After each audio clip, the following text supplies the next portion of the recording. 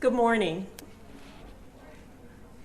Welcome to the 28th Annual James A. Porter Colloquium on African American Art and Art of the African Diaspora. I'm Gwen Everett. I serve as the Associate Dean for the Division of Fine Arts in the College of Arts and Sciences and the Director of the Gallery of Art here at Howard. And on behalf of our President, Dr. Wayne A.I. Frederick, the Dean for the College, Dr. Bernard Mayer, our Provost, Dr. Anthony Wuto, I welcome you to this very exciting two-day program. In fact, on the website and in much of the information that you've received, you should know by now that the university is celebrating our 150th anniversary.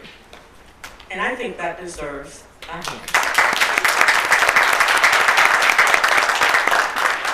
As my pastor is well known for saying, that any institution with suntan people that can exist for that long, we need to celebrate.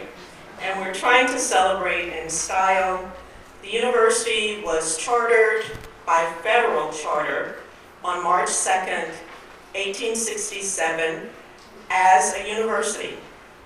And that's unique because some of the institutions that serve individuals of African descent began as institutes or colleges, but not as universities.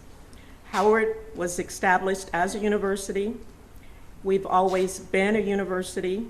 You are in now our medical auditorium. Medicine was very much a part of the curriculum early in our existence, as was the mechanical arts, which grew into the fine arts very early in our history. So we're very much proud of our history and the importance of Howard in and on the world stage. We're here on Howard's campus, for this very auspicious occasion because the organizers for this program are making acknowledgments to and celebrating of and trying to draw our attention to places and spaces that have not always been accessible for people of color. We take it for granted that you can walk into any library and look at books today. That was not always the case. We take it for granted that scholars can go into archives of their choosing. That was not always the case. We have a history of segregation and Jim Crow laws in this country that prevented people of color from having access to resource materials that would further not only their scholarship, but the knowledge of others. So these spaces and places on campuses like Howard, on other campuses and in Black communities are very sacred spaces. We often think of them as very hallowed spaces because they were often the only places where individuals could congregate for lectures on interesting and uplifting and often disturbing topics. These were the places and spaces where artists went when they were looking for research materials. You're reminded of the research that Harold Woodruff did when he was looking for information on that groundbreaking mural he did on the Amistad. When he looked for archival materials and photographs, the place that he went was Yale. Or Jacob Lawrence, when he was looking for research on the migration. His parents were part of that, but he went to the library for the captioning information on that series that's so profound and even more poetic today.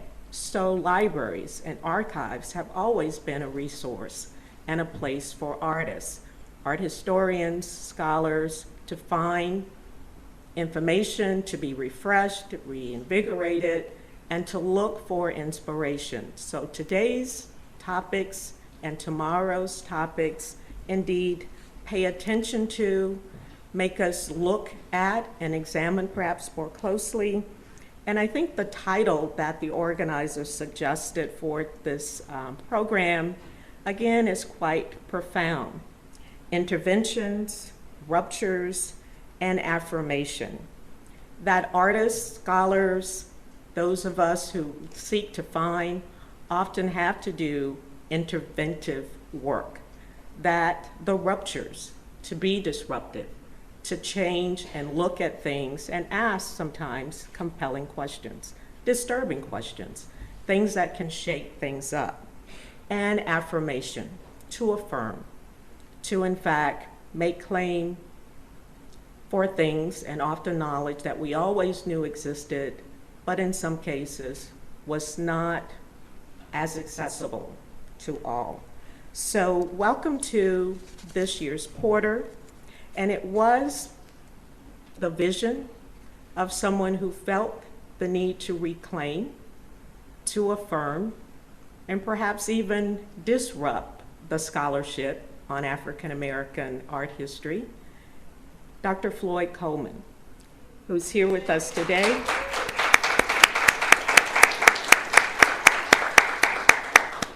Who created this conference and chose to call it a colloquium, not to be elitist, but as he said, to create dialogue, to provide a place where scholars and artists and individuals who often could not find a space to present current research on African American art and art of the diaspora. So the Porter Colloquium has been going strong for 28 years, and Dr. Coleman, your ability to see the need for this, to honor James A. Porter and his groundbreaking work, has not only been extraordinary, singular, and stellar. Thank you very much again, Dr. Coleman.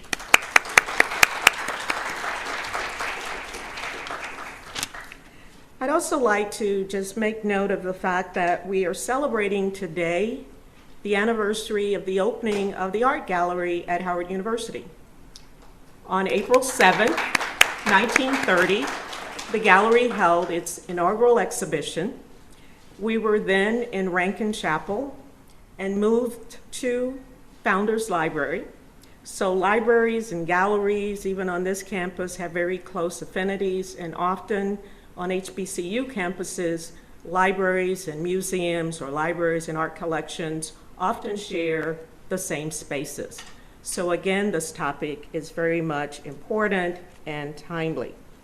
I'd like to conclude my remarks this morning by making a word of thanks and note to the organizers, because the program is chock full of wonderful speakers and extraordinary topics, but it wouldn't happen without the work of these wonderful individuals who've worked tirelessly over this past year to bring this program to fruition. The names are on the back of your programs, so I'm not going to name all of them, but I would like to note the work of the co-chairs, that of Professor Jacqueline Carmichael, who is probably working because I don't see her sitting in the audience right now, but thank you to Professor Carmichael. And to one of the organizers who I have to make a little special tribute to or comment about, newly minted PhD, Dr. Melanie Harvey. In fact, it was at Porter a few years ago. This young woman came up to me and said she was a Spelman alum. She was at Boston College working on her PhD, and I think it was her first Porter Colloquium. And she was so excited to be at Howard. She was so excited to be at Porter. And over time, not only has she continued to come to Porter, she has been hired as a faculty member and is working very hard to educate and inspiring young scholars and artists, but that she is the coordinator for this year's program. all at the same time, defending her dissertation last week. So Dr. Harvey needs, I think, a little special that she's still standing. So thank you again for coming. It's been a wonderful week of activities. Our students were in workshops yesterday in collaboration with the Driskell Center, the Porter program with the Driskell Center, and the lecture by Thelma Golden last night, today and tomorrow, and the gala on tomorrow evening is indeed a special treat for all. Thank you for coming, and I'd like to turn the podium now over to the chair of the Department of Art, Dr. Anthony McEachern. Thank you.